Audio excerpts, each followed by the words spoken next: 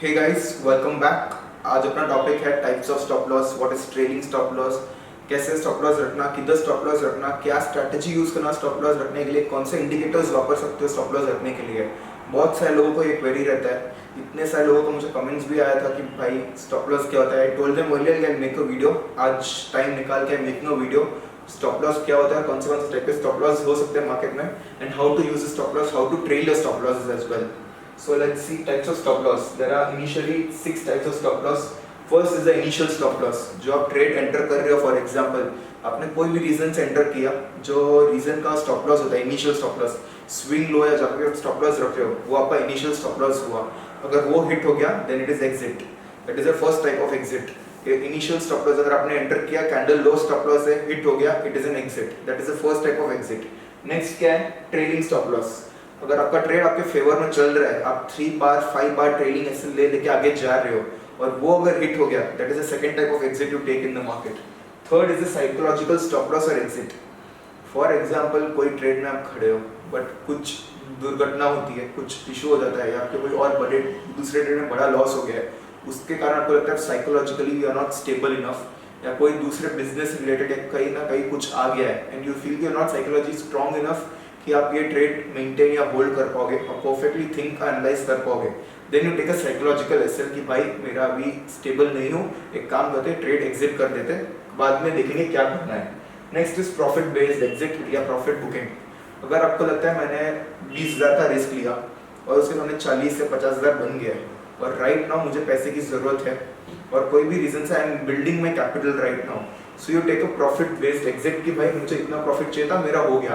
अब पैटर्न भले बुलिश हो, पैटर्न भले बेरिश हो, पैटर्न कुछ भी बोले, मुझे एग्जिट चाहिए था, मुझे मॉनेटरी प्रॉफिट चाहिए था, मैं एग्जिट कर चुका हूँ अभी। Next is event based exit. अगर कल कोई फेड की मीटिंग है या आपका कोई स्टॉक है, उसका रिजल्ट आ रहा है, उसके कारण आपको लगता है कि कुछ बड़ा हलचल हो सकता है मार्केट में, then what do you take a event based exit कि इवेंट आ रहा है, उसका रिस्क मुझे नहीं लेना है, मैं निकल जाता हूँ अपनी होल्डिंग से। Next is time based stop loss. अगर आपने कोई एक ट्रेड एंटर किया है, स्विंग ट्रेड है, उसका व्यू 15 डेज के अंदर हो जाना चाहिए, but for the last 10-15 days वो वही रेंज में कंसोलिडेट कर रहा है, तो आप क्या करोगे, माइनर प्रॉफिट माइनर लॉस जो भी हो, जस्ट बिकॉज वो इतना आपका टाइम खा गया है। टाइम बेस्ड आप स्टॉप लॉस दे रहे हो कि मेरा टाइम इतना ही देने के लिए था ये स्टॉक पे, उसने उससे ज्यादा टाइम निकाल दिया है, तो now I will exit out of this trade और मैं ये ट्रेड छोड़ दूंगा। तो ये तो हो गए types of exit. Now let's understand stop loss किधर रखना, कैसे रखना और क्या होना चाहिए। First is 20 moving average. 20 moving average आप एक परफेक्ट स्टॉप लॉस के लिए पैटर्न है कि 28 डे अगर सिंपल मूविंग एवरेज ब्रेक हो रहा है, मैं ट्रेड एग्जिट कर दूंगा। आई will show you few examples. Next is swing low. जो इमीडिएट स्विंग लो है उधर आप स्टॉप लॉस रखो। जो भी टाइम फ्रेम में ट्रेड कर रहे हो उसके एक लोअर टाइम फ्रेम में जाओ, उसका मैंने एक चीट शीट बनाया, I will show you that as well. Next is 3 to 5 candle लो। अगर आपको समझ ही नहीं आ रहा, स्विंग लो है ही नहीं, मार्केट रैली किए जा रहा है, तो कहाँ पे रखो, तो 3 या 5 बार का जो भी लो लग रहा है उधर एक स्टॉप लॉस डाल के छोड़ दो।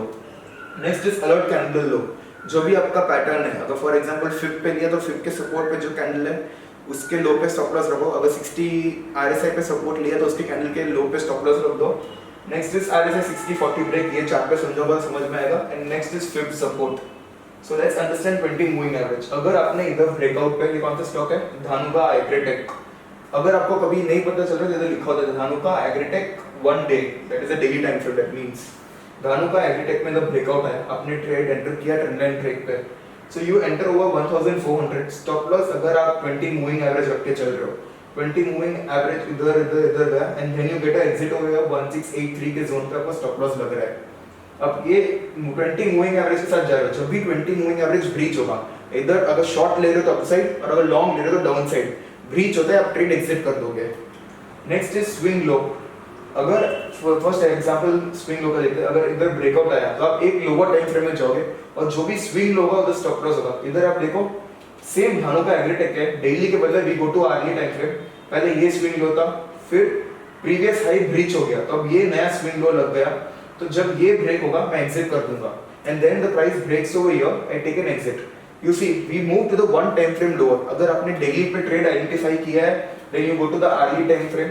मंथली पे आइडेंटिफाई किया है तो वीकली पे जाओगे, वीकली पे किया है तो you go to daily time frame. Swing low ढूंढने एक टाइम फ्रेम नीचे जाओ। अगर डेली पे किया है तो 4 आवर पे जाओ, अगर 1 आवर का ट्रेड आइडेंटिफाई किया है तो 15 मिनट में जाओ और स्विंग लो आइडेंटिफाई करो, and then you keep your swing low over there.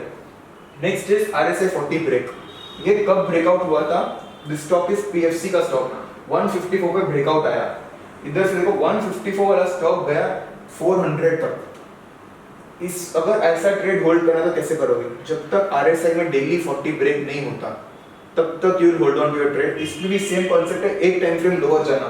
ये एक चीट शीट है, लिख के रख लो, याद कर लो, जो भी करना है कर लो, एक स्क्रीनशॉट ले लो। ये चीट शीट है, सेम इधर भी अप्लाई होगा। ब्रेकआउट आया था वीकली पे, we go to daily time frame. Daily time frame में जब तक RSI 40 था, देखो इधर आया सपोर्ट लेके बाउंस कर दिया, इधर आया सपोर्ट लेके बाउंस किया।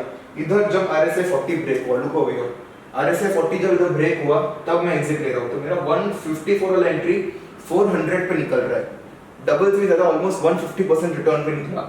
It is a very strong concept. अगर मार्केट बुलिश है ना तो RSI 40 इजीली ब्रेक होगा इन डेली टाइम फ्रेम में।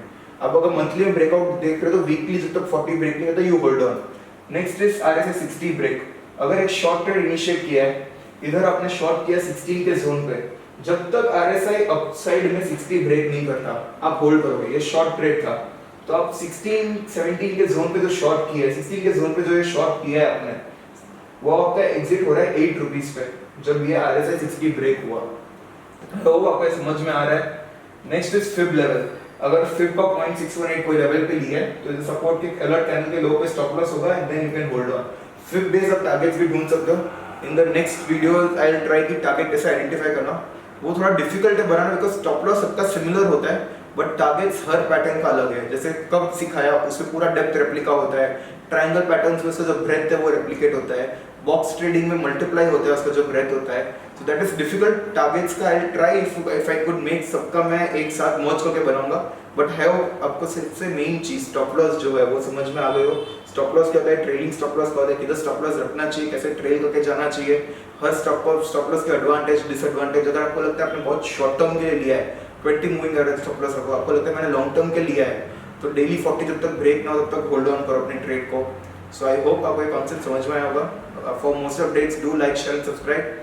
Thank you. If you have any queries put in the comment section, I will help you out. Thank you.